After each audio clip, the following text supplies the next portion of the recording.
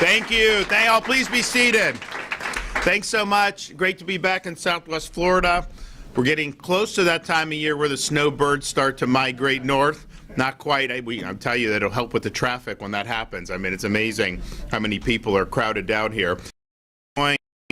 Executive Director of the Florida Department of Highway Safety and Motor Vehicles, which of course includes the Florida Highway Patrol Executive Director Dave Kerner. We also have Amanda Gerhardt, the fiance of Trooper Fink, who was killed in the line of duty in 2024, and then Kat Turner, wife of Trooper Turner, who was shot but survived in the line of duty in 2023. So we're obviously going to have a law enforcement theme today.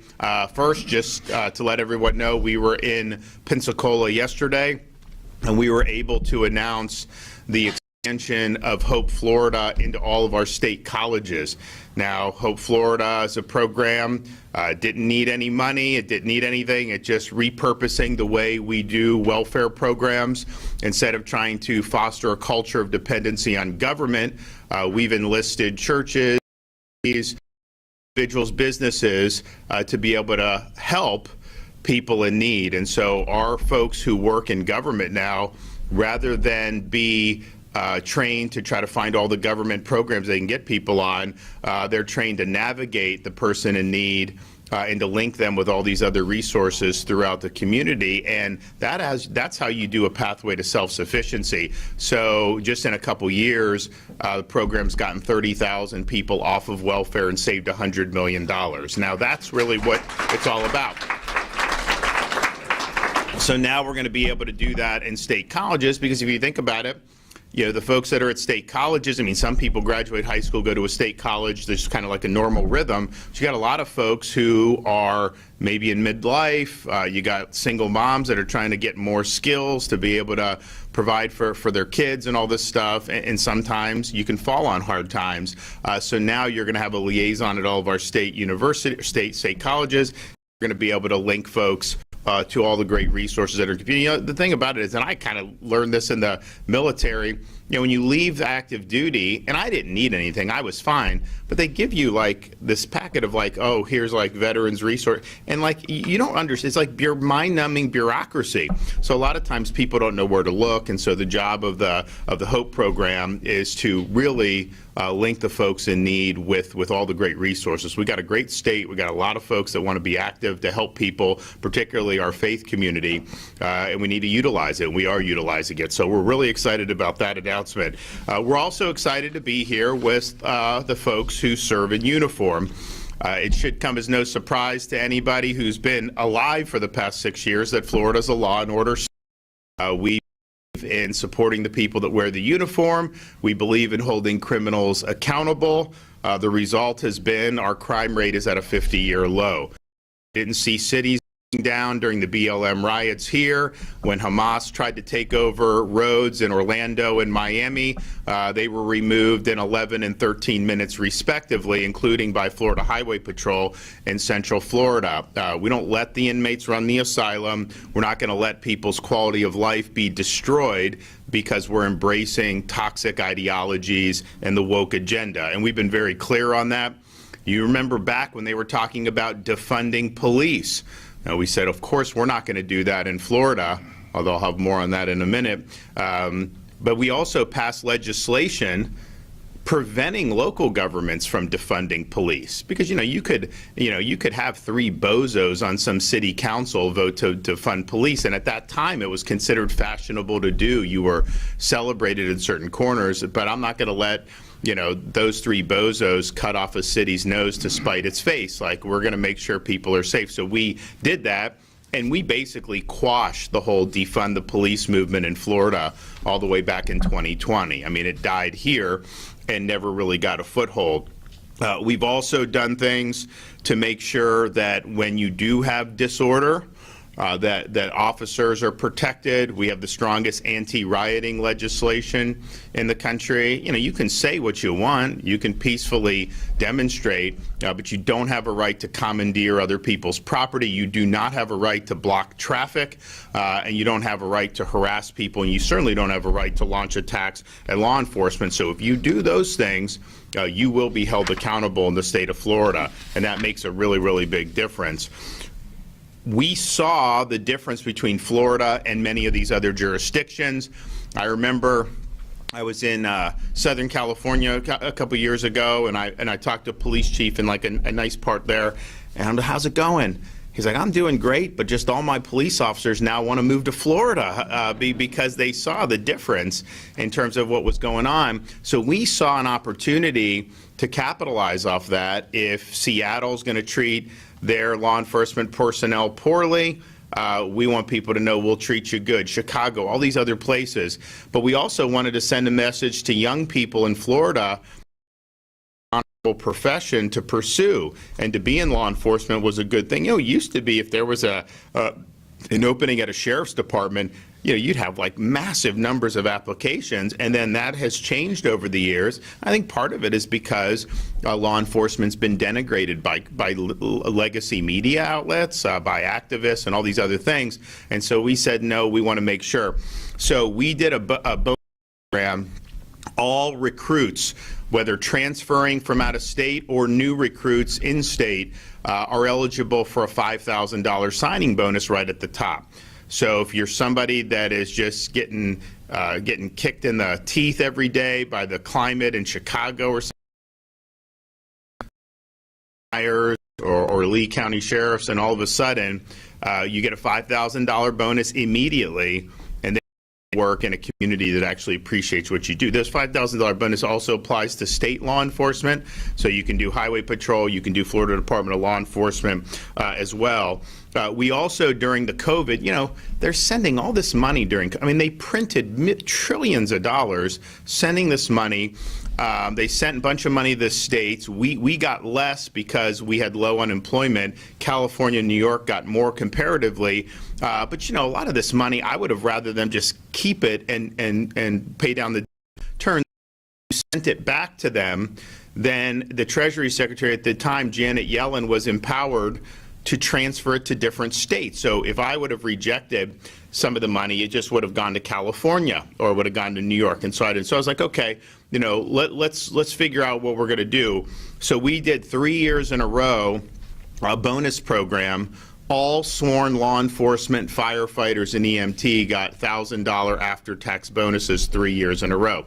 Now, $1,000 doesn't pay for as much as it used to in an era of inflation, but I think when people got the check in the mail, like, well, heck, the state of Florida actually appreciates what I do, and so that was a small token, and we were happy to be able to work and get that through. So we've done a lot. We've done law enforcement scholarships, and it's been really, really good. Now in a situation where we have a very successful track record in Florida about how we've approached host season. Obviously, if you look at why people have moved here, and I'm not asking anyone to move because we've got a lot of people and we've got a lot of issues we got to deal with. Trust me, we're putting money into infrastructure in Southwest Florida, and we're moving projects ahead of schedule, but it's tough. It isn't easy. So there's a lot of challenges with that. But the reality is it's a free country and people vote with their feet. And if you talk to people who've been moving here recently, but particularly kind of post the BLM summer and the defund the police stuff, a lot of people would say public safety. They wanted to be in a state that really put a premium on public safety. So we were right about how we approached that. If you look at what we've done on things like fighting the woke and defending parents' rights in education, this has been something that's been really, really important to a lot of parents. I mean, I've got young kids. You don't want your kids showing up at first grade and being indoctrinated and being told that they can change their gender. That's inappropriate, and we had to fight a lot of people, including a big company in Central Florida, some of you may have heard of before, in order to do that. But it was the right thing to do. We also said our colleges are not going to be indoctrination centers, that they should be educating. We want a classical approach to higher education. We don't want the imposition of ideology like at Columbia University and Harvard and all these places. We want to really teach people to think for themselves, to pursue truth, and ultimately to be good citizens of this republic in years. So we've had to do a lot to overhaul that. We eliminated DE&I. We were the first state to do that. We have all tenured professors now have to undergo review every 5 years and can be terminated for poor performance. We even allow university presidents and trustees to hire faculty directly from other universities without allowing the existing faculty to veto those people, because if you don't toe the ideological line, a lot of the existing faculty, will not want you there. So we've made huge strides in that, and many other things. And a lot of people, obviously, if you look at the electoral track record, it's been very successful. When I became governor, this was considered a purple state. 1-point races were kind of the norm statewide. We had more Democrats than Republicans by hundreds of thousands, and we had a Republican majority in both the House and Senate in Florida, but we didn't have supermajorities. Now, we've got 1.2 million more Republicans than Democrats. We have the biggest supermajorities we've ever had in the entire history of the Republican Party. And the reason why you got that is because people responded to the leadership that we've provided. They've responded to the results. They've responded to the policies in a very, very good way. And so I obviously, ran for election in 22 on the record. We got a resounding victory. A lot of people ran in the House and Senate on the same record. But what's going on in Tallahassee right now with the Florida House of Representatives, what they're doing, because they all ran on this agenda. They never ran against law enforcement. I can tell you that, because they would have shown the door by the voters if they had done that. They never ran on trying to overturn our reforms in higher education. They never ran on joining with Democrats to try to manufacture smears against the administration, the governor, even the first lady they've tried, to do that on. They never ran on any of that stuff. But that's what they're doing. They are not doing what they told you they would do. They are effectively stabbing the voters in the back with this really, really terrible agenda. And the agenda seems to be two things. One, rain down as much benefits by twisting and contorting and changing Florida law to liberal trial lawyers so that they get more money and everybody else has to pay for that. That's a pure special interest play. There's nobody around the state are not begging to have more ability for trial lawyers to bring more frivolous lawsuits or to have more jackpot justice. Nobody is asking for that. But yet that's a huge Republican House, supposedly. And so they're doing that. The other part of their agenda seems to be doing everything they can to overturn what we've done over the last 6 years.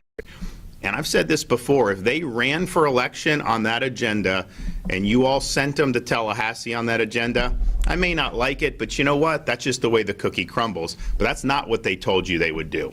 And I'm confident if they told you that they were going to reverse the success of the past 6 years, they would not have been nominated for office and they would not have been elected for office. And this is being driven by the leadership in the House, by some of the entrenched staff.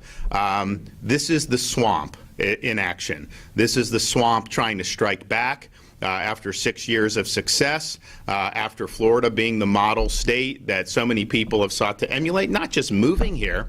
We will take cadres of people will come and visit Florida. We have people that are mimicking Hope Florida in different states across the country.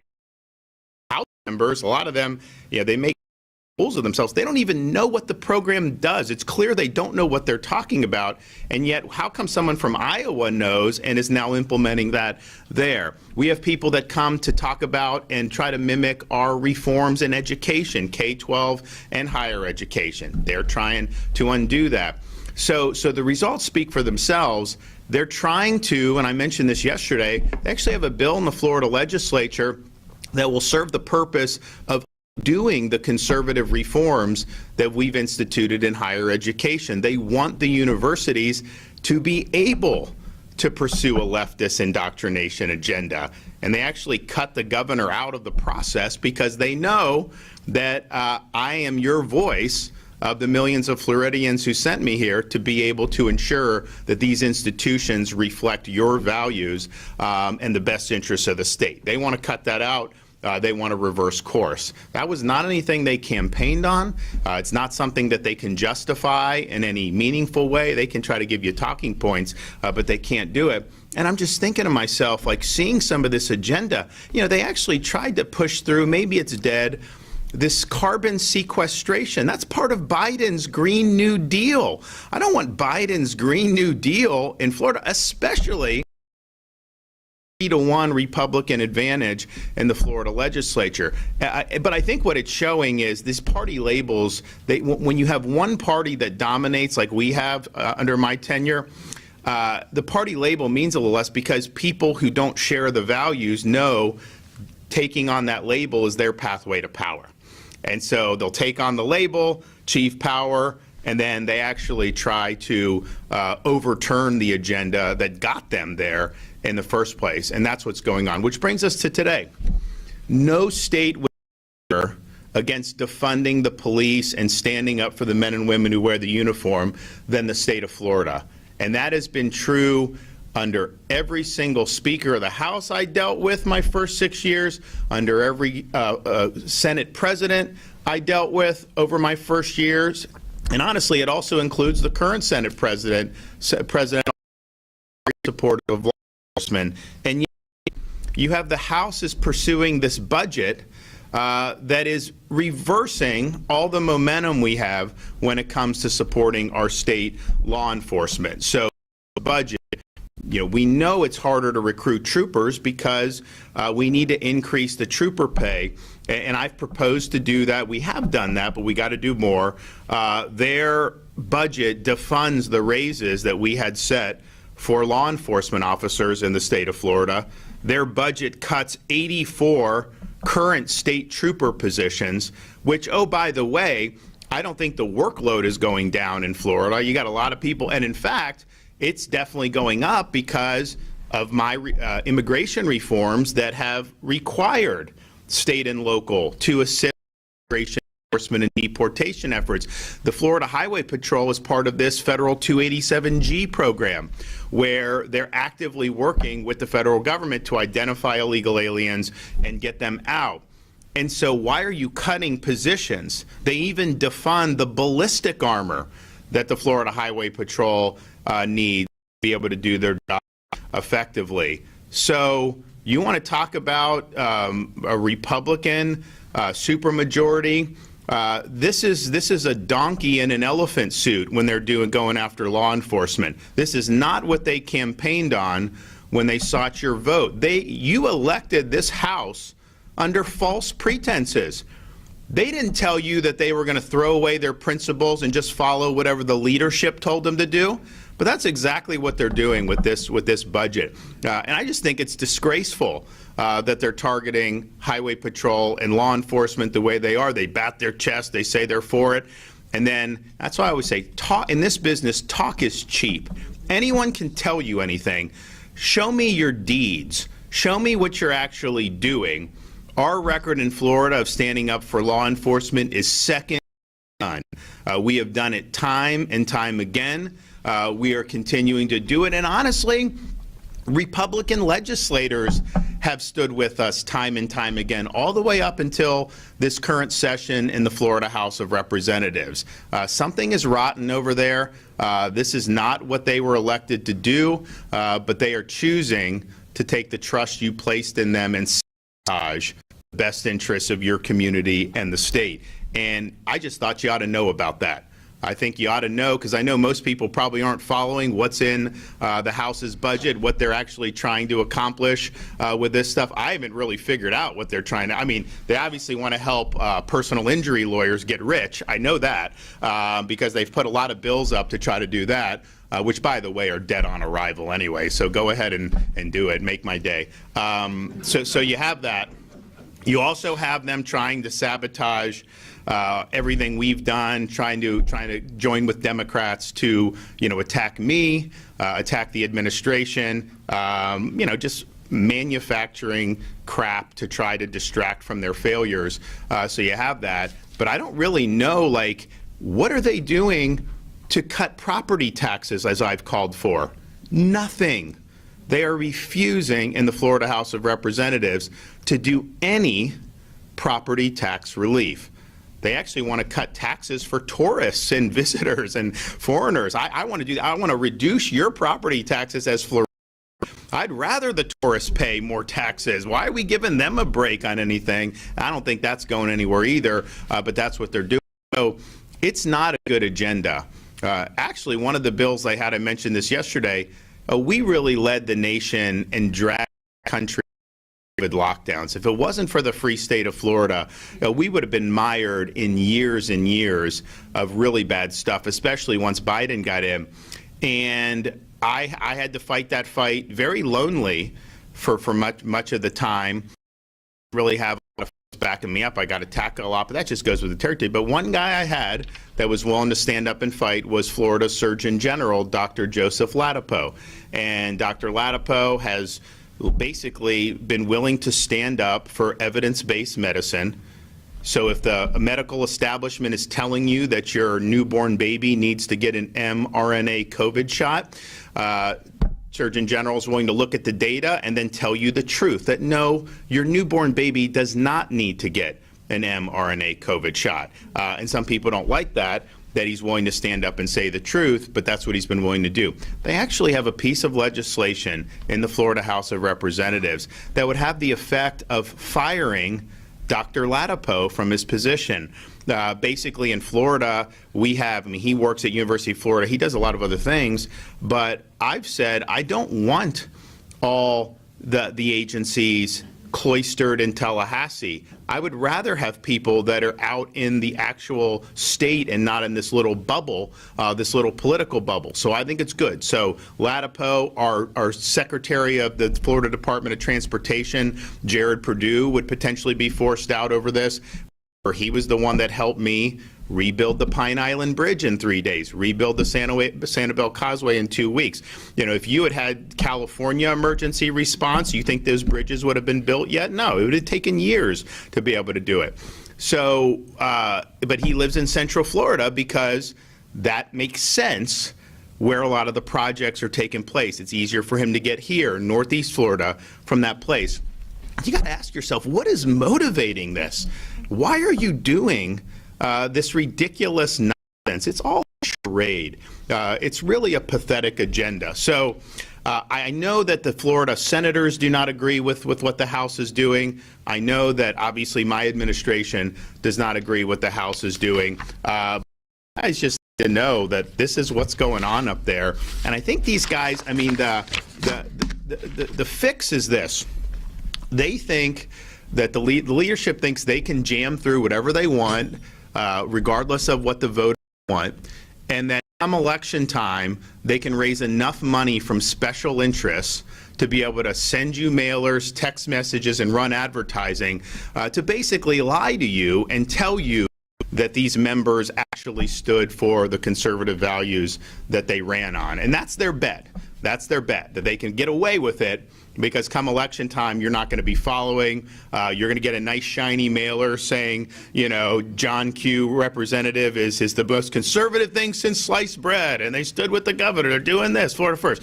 And they think that you're going to just believe that without actually evaluating the conduct. And so I don't think that that's good. I also don't think it makes sense. I mean, we have a very successful model in Florida. We leaned in on the tough issues. We were leading on all this stuff, fighting the woke, first ones out of the gate, fighting the COVID hysteria, first ones out of the gate. All these things that we did were not even popular at the time. They were the right things to do, but people responded because they saw the leadership and they saw we were doing it for the right reason.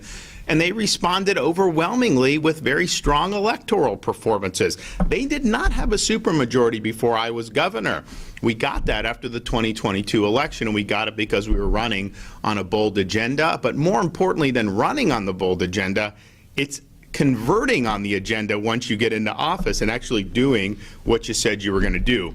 If you just run unapologetically on a certain agenda, you get in and you implement it. Even people that disagree with you, they will respect the fact that, hey, this is what he said he was going to do, and that's what they're doing. What I think voters really don't like is when they run on one agenda, they get in, and not only do they not convert on it, but undermine or sabotage. This is a sabotaging of Florida's law and order reputation. This is a sabotaging of the people that are wearing the uniform, that are risking lives. You see the Tren de Agua gang members? Who do you think's helping nab these guys? Highway Patrol is. They see them. FDLE is doing it. Guys are working hard, and they deserve our support. They have my support. I'm pretty confident they have the support of the Florida Senate. But what the Florida House of Representatives done is just wrong, and you all ought to know about that. All right, we're going to hear from some folks that may have something to say about it. So first, we're going to hear from Amanda Gerhardt.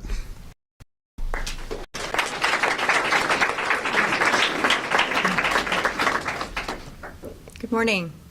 My name is Amanda Gerhart. I would like to thank Governor DeSantis for joining us today and for fighting for our brave men and women in law enforcement. In 2020, my fiance, Zachary Fink, proudly became a state trooper with the Florida Highway Patrol. He worked in Troop D, Brevard County, for 2 years before transferring home to Troop L, St. Lucie County, where he was assigned the night shift. February 2020, I received a notification that someone was at the front door. I hurried out of bed and rushed to the door, and when I opened it, I saw 2 troopers standing there. I always asked Zach, how would I know if something were to happen to him? He said, you would know. There would be 2 troopers standing at your door. I will never forget the look on their faces. I knew what they were going to say next. Zach was in the line of duty, protecting our community, trying to apprehend a fleeing felon. In an instant, my whole world fell apart. Over the last year, I have worked so hard at healing my heart and soul from the loss of Zach. A lot of progress. So much progress that when Director Kerner discussed with me the opportunity to put my efforts into back to state troopers and their families, would happen from today, I am here to tell the people of Florida that I am ashamed at the actions of the Florida House of Representatives. I cannot understand, and no one can explain to me why, in the Florida, the Florida House of Representatives is defunding the police. Why are they trying to cut 137 state trooper positions? Why is the House of Representatives cutting for ballistic protection to replace patrol cars that have over 100,000 miles? All of this puts troopers in real danger at a time when we should be doing everything we can to support our law enforcement.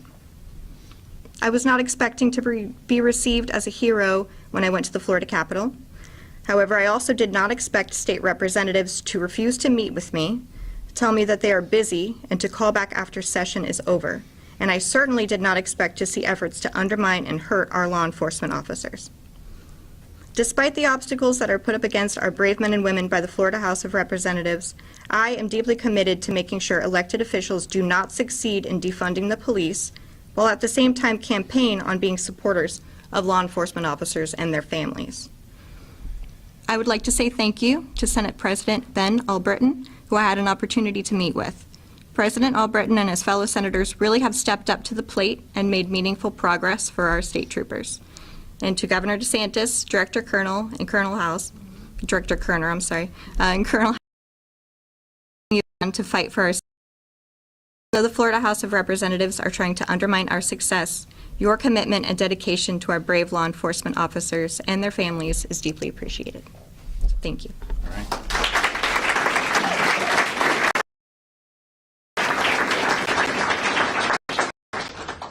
Okay, Kat.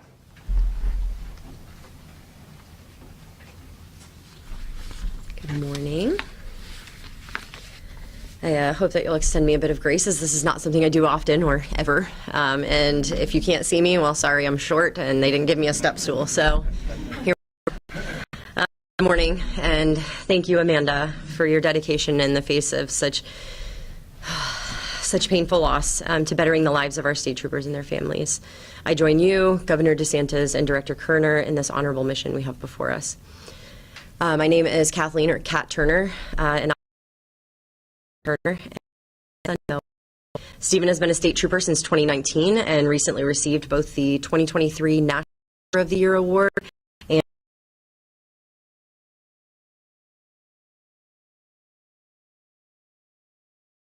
but unfortunately neither has come without a reason or a cost. On February 4th, 2023, when I was 17 weeks pregnant with our son, I received an iPhone alert at 3:46 in the morning that my husband, who was out on the midnight shift at the time, was in a traffic crash. I jolted awake and immediately knew something was wrong. I was going with him. Eventually, I was told that Stephen had been flown to a hospital in Tampa as a result of an accident. At this point, I still thought he'd been in a crash. A trooper picked me up and rushed me to the hospital, where I was able to tell Stephen that I loved him before he was taken into emergency surgery. But I honestly didn't know if he was going to be making it through. I didn't know if I was saying goodbye for good. I was then told, I was kind of pulled to the side and told that Stephen had been in a pursuit and performed a pit maneuver to stop the suspects. They then fled on foot, and Stephen did exactly what he was trained to do. He attempted to apprehend one of the suspects. Unfortunately, that man decided that my husband's life did not matter, and he decided to pull a gun on him and shoot Stephen point blank in the abdomen. Now, somehow, by the grace of God, and we thank him every single day, Stephen survived, so good job, honey, proud of you.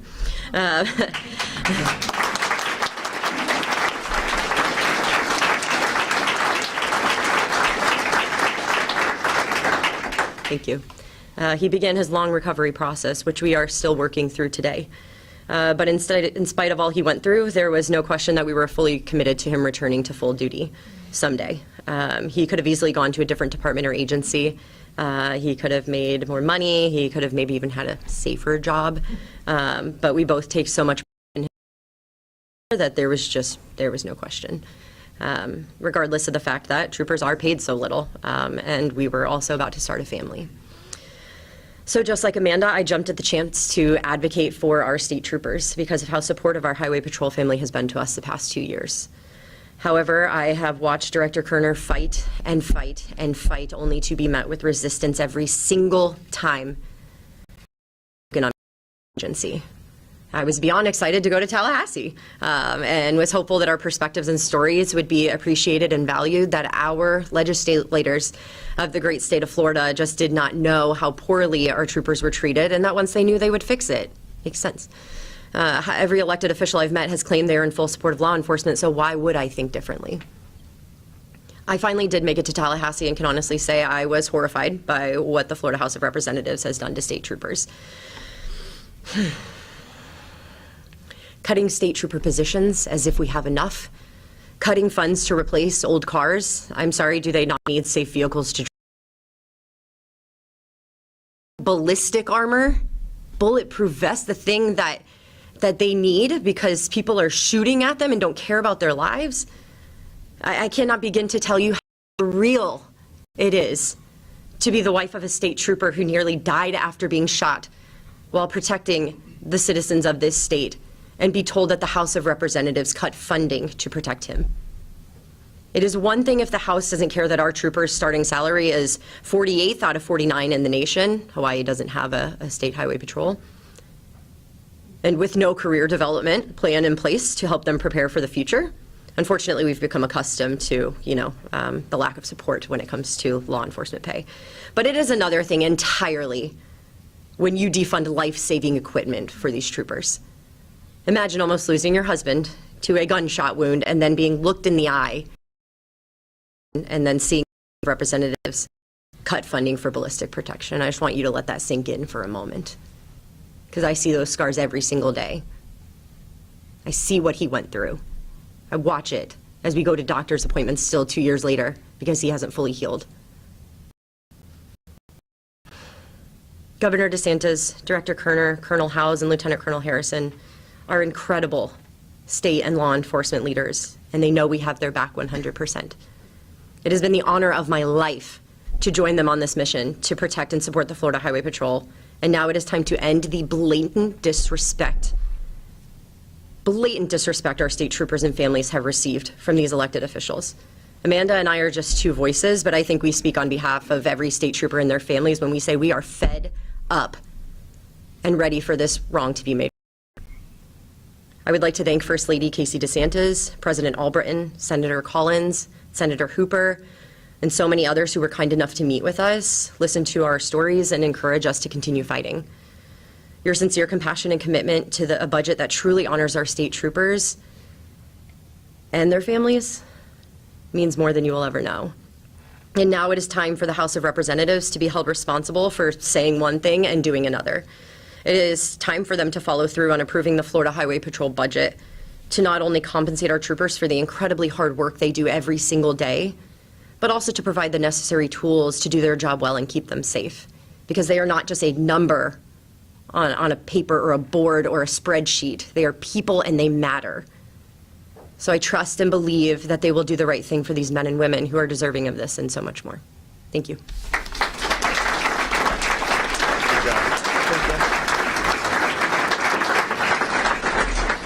Well, thanks for that. I'm going to bring up Dave Kerner in a second, but just to kind of put a little bit of a bow on this. So, the House, they may say, oh, well, we got to reduce spending. We're spending too much. First of all, your state, since I've been governor, we've quadrupled the state's rainy day fund. If you look at all the debt we've had in 180 years of our entire history, we've retired 41% of it just since I've been governor. We have the lowest number of state employees per capita in the entire country and the lowest per capita debt per capita in the entire country. And so we were Doge before Doge was cool. We've been doing this as a matter of course. It isn't like we're spending willy-nilly here. But so the whole premise, if that's what they're going to tell you, is just false. But we can also look at their actions. So this is what they want to do: defund ballistic protection, all this stuff for highway patrol. But what have they done this year in the Florida House of Representatives? They've actually voted to undo $60 million in cost savings that I instituted in the budget last June, including $56 million for themselves in the legislature. So this is stuff that had already been decided in current year budget, almost done with the fiscal year, which ends June 30th. And they're not focusing on cutting, not focusing on voting to undo spending reductions that I made through the line item veto last June and add, this is pork that they voted to add into the budget. So this idea that they're fiscally conservative is a joke, because if you were fiscally conservative, you would have applauded me for instituting those cost savings. You would have gone and tried to undo the cost savings, and that's exactly what they have done. Dave. Thank you, Governor. My name is Dave Kerner. I have the honor of serving as the Executive Director of the Department of Highway Safety and Motor Vehicles. And of course, I get to work with the Florida Highway Patrol, and there's really not much more for me to add after following very passionate, persuasive, and focused young women who have experienced tremendous loss and an injury in the case of Trooper Turner. They spoke directly to you. There's nothing that I could add to that is more compelling. I also followed my boss, the governor, who has, of course, over the last 6 years, been a compelling case about the importance of strong executive leadership and effective leadership. And but I did want to take this opportunity just to kind of give a little bit of context as to what my role is in this process and why we have these items listed here, and just give, for a minute or two, a little bit of color. First of all, thank you, Governor, for your leadership. There has never been a time in my 2 years as the Executive Director that I've gone to the Governor and said, we need X, Y, or Z, and he hasn't had the back of our state troopers. These men and women in uniform, they served in Texas, they served on the border, they engage in just incredible amount of very dangerous duties that they have on a daily basis. And my public career and my public service started just like Amanda and Kat's. I started as a law enforcement officer at the age of 19, but really, I always say I started my public service as a family member, the son of a police officer. And so the wives and husbands and children in law enforcement serve right there with these men and women in uniform, and they face the dangers and risks that their husbands and wives are exposed to. And these public servants here, a round of applause for their service.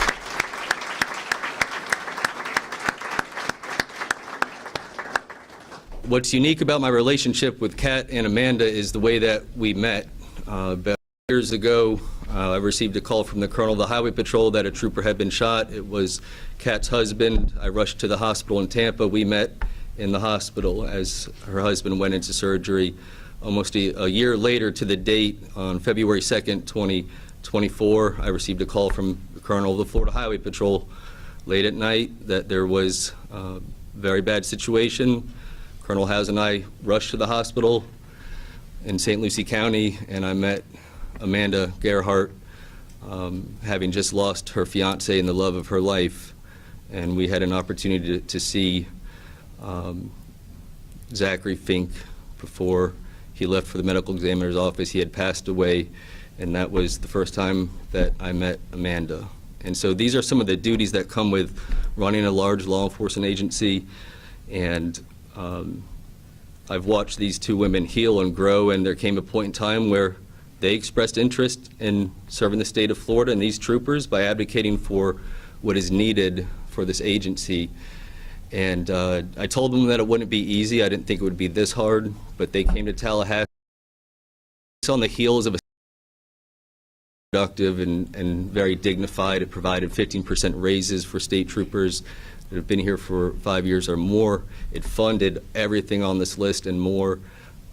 We could not have asked for a better show of support for state troopers, but it just so happens to be that the day that they got there, I had to sit down with Amanda and Kat and say, I've got some bad news for you. The Florida House of Representatives budget proposal defunds ballistic armor. It defunds vehicles over 100,000 miles. I mean, that's a weird number, but the state of Florida says that troopers should not be driving vehicles with 80,000 miles or more. Their husbands were in pursuits when this happened. This is very dangerous driving. More than half of our vehicles have over 80,000 miles. So we asked, can we at least repair the ones with 100,000 miles or replace them? That was defunded. The Senate supported it. They cut the raises across the board, not one penny more for state troopers. Florida's growing, a lot of success, as the governor has. We're not asking people to move here, but there's a lot more people here now than there was in 2017, 2018, and the budget called for 73 positions to be cut, state troopers, and also our Florida dispatchers. Those are the lifeline to our troopers. And so had to break that news to them. It was a very, very challenging conversation. And then the experience that they had in the House of Representatives, I mean, their representative with them, wouldn't meet with them. The conversations that they had basically focused on, well, we support law enforcement. Well, then why are you doing this? And there's questions that we can't get answers to. And so I thought it was important that they have this platform with the governor, who is the most pro-law enforcement governor in the history of the state of Florida and the nation. As an administrator and as a leader, you know, these are just numbers on a piece of paper, 73 law enforcement officers cut. But to me, when the colonel and the lieutenant colonel and I get into a room and ask the legislature for things, we have to do it from an officer safety perspective. And I want you to understand two important data points. In 2020, the average length of service for a state trooper at the Florida Highway Patrol was 9.8 years. And average length of service is 6.8 years. And so in just a couple of years, that amount of experience of the trooper on the road, the men and women behind me, has gone down almost 40%. As a leader and as administrator, law enforcement officers understand that we send new troopers out into the road. We need experienced troopers out there to train them. And so when we cut law enforcement positions, and the reason why they're being cut, they'll tell you, is because they're vacant. The other piece of information that you need to know is that the last thing we want to do is send new troopers out onto the road with other troopers that have less experience. But the reason why we have vacancies is because troopers aren't paid enough. They start, and the governor has fought year after year and made progress, but the reality is this budget will keep the Florida Highway Patrol as the second lowest starting pay in the nation out of 49 states. That's not acceptable. The governor knows that's not acceptable. That's why he submitted that budget. The Senate knows that, and that's why they supported the governor's budget request. And so things have to change, because my phone rings a lot at night from the colonel of the Florida Highway Patrol, and it is never good news. And so I thank you for telling your stories. I thank you for sharing your pain. My heart breaks for you, for both of you. But Amanda, to lose the love of your life and then have to come to Tallahassee and be treated the way that you've been treated, which is a whole other story that we're not going to talk about today. I may say something about it. He's the boss. But this, the governor, these two ladies have committed to this. This is not just one press conference or one visit to Tallahassee. I have a feeling that if things continue down the path that we're going, you're going to be seeing Amanda and Kat much often.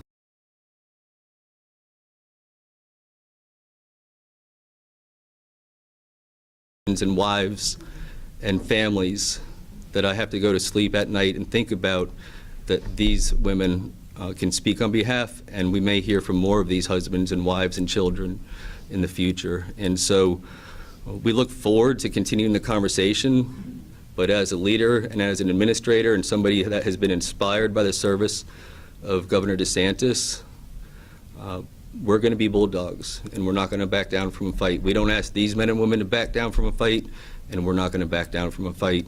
I want to thank Senator Albritton, President Albritton, Senator Hooper, Senator Collins. It's been a joy and a pleasure to work with them. I want to thank the First Lady for meeting with them. The first time Amanda told her story about her loss publicly just happened to be to the First Lady of the great state of Florida, and there were a lot of tears, but we thank her for being so compassionate.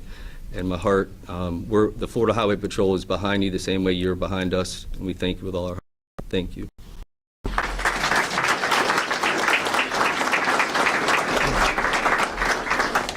You know, look, I think there can be things that, you know, these sometimes little things get blown out of proportion, but I do think it's telling that you have two, you know, one who lost her fiance, another whose husband got shot, and they want to meet with legislators, and these senators are meeting with them, but the House members told them to go fly a kite. Why is that? Yeah, it's reflected in this, right? I think they told them to go fly a kite because they couldn't defend this. That's why I think they told them to go fly a kite. They didn't want to have to look them in the eye and tell them that this is what they were planning on doing. That's just my judgment in terms of how you're doing it. And so I think it's a little thing that I think speaks volumes about really the misplaced priorities that this Florida House of Representatives. I wish this were the only issue, because if this were the only issue, we figure it out and that'll be good. But it's on issue after issue that the things that you voted for are not being respected and are not being honored, and that's just wrong. Okay, do we got any questions? Yes, ma'am. There seems to be a clear divide between you and the Florida legislature, at least the Florida House, that only seems to be growing up. Is there a solution here so that you can actually work to get stuff done, or is this kind of the new normal?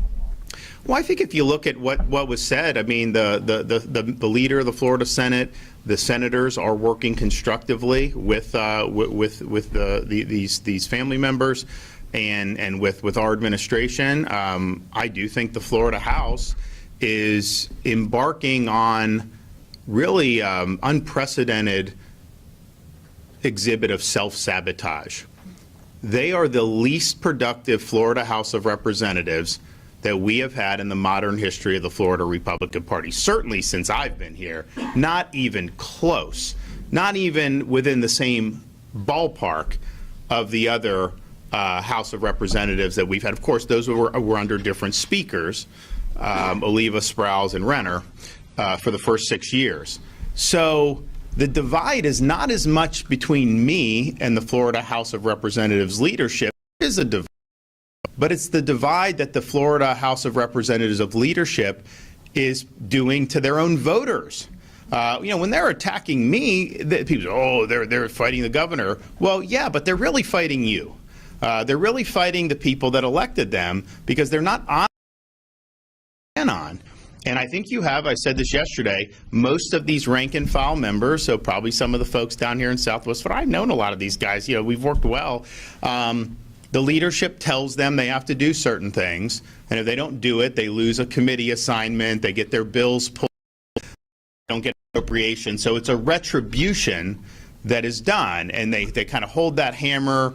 You know, you have these staff members that order these people around, and so I think a lot of them say, well, you know, I kind of have to vote this way, otherwise I'm going to get penalized. And that may be true, but that's not leadership. Leadership means you got to dig in and do what's right. If you say you're for law enforcement and you're a rank and file House member, you need to come out and say this is wrong, that what they're doing is wrong. I'd be willing to do that. Are you? But you know what?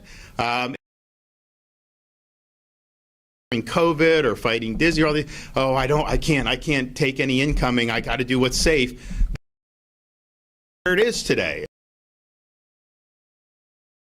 You to stand up and be counted. So in all these things, I'm always mindful, and that's why people say, oh, well, you're not getting a lot. No, it's not personal, it's business. And my business is to deliver on mandate, very bold for agenda. And everything I told me under one pretense and I did other. I did what I said. Even my critics would acknowledge I've done what I said, and I continue to do that. I think they are effectively rebelling against the voters that sent them here. And that just doesn't work. It's not sustainable to have a model like that. So I think that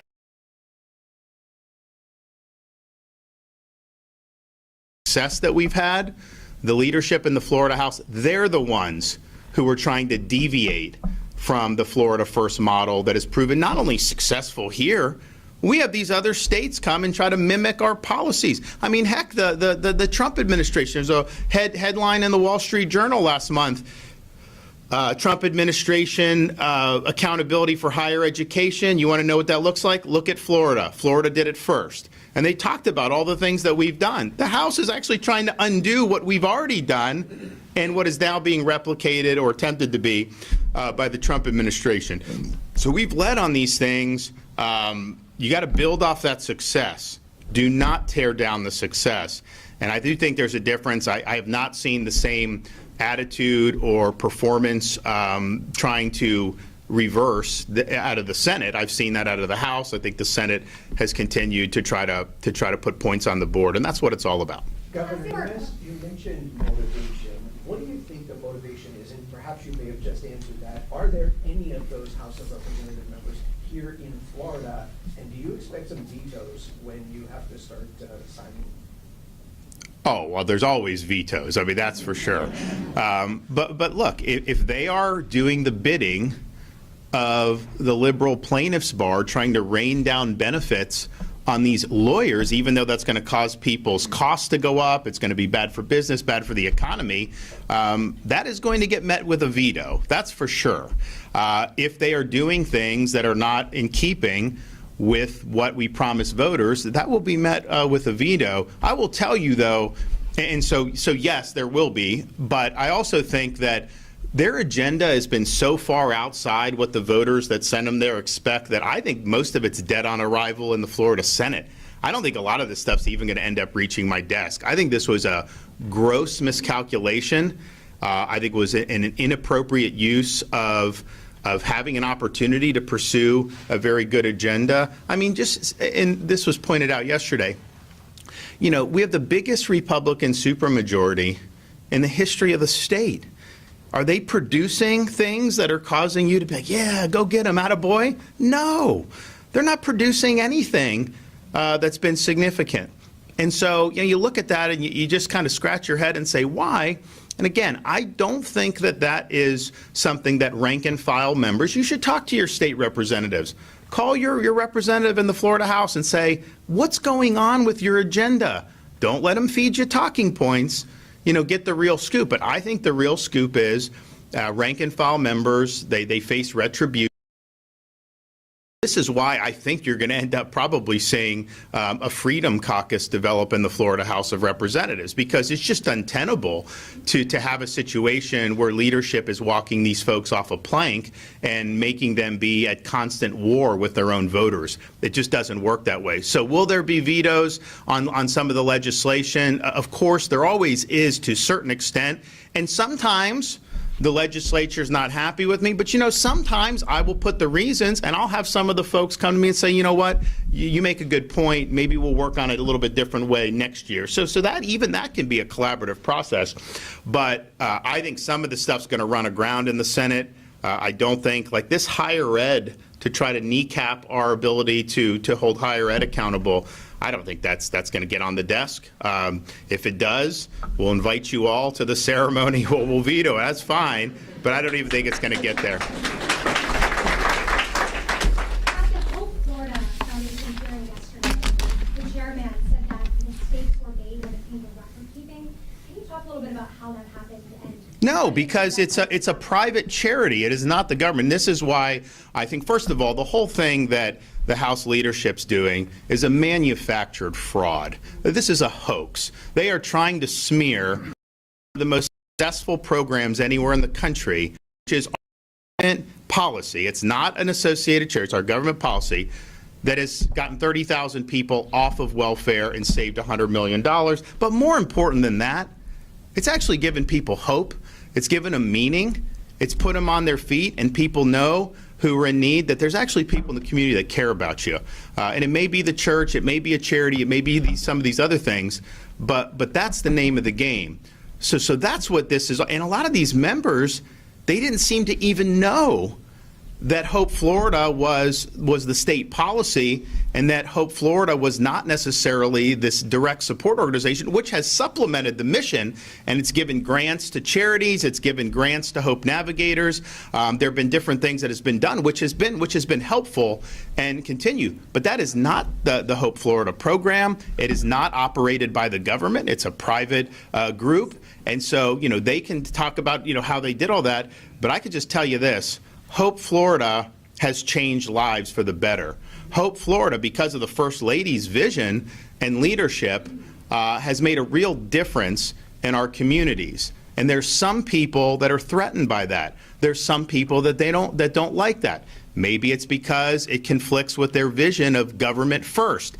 Maybe they just don't like seeing other people have success in the political sphere. Maybe they have their own agenda or their own axe to grind. But I can tell you the program has been fantastic. The DSO has provided support for anti-drug efforts, grants to charitable organizations, as well as bonuses to our Hope Navigators, which has made a difference in the lives of the navigators who are working hard to kind of come to terms with a new approach, which I think is exciting for most, but it's also different than what they had been doing before. So, for some of these Republican leaders to be joining with liberal Democrats and liberal media to manufacture smears against Hope Florida, against me, against the First Lady, it just shows you they are not on your team.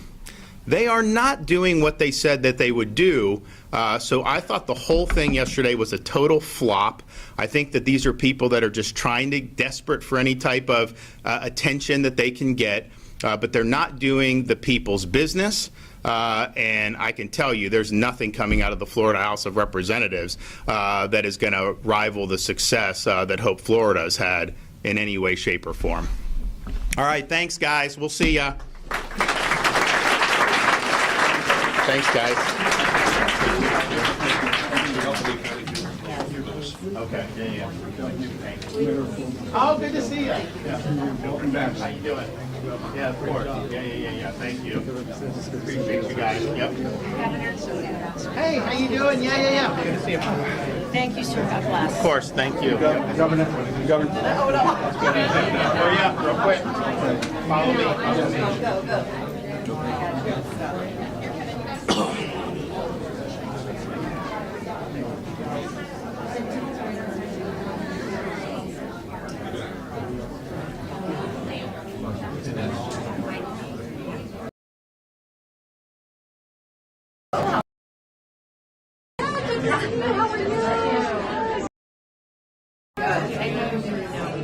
Yes, we do. Yeah. You look great.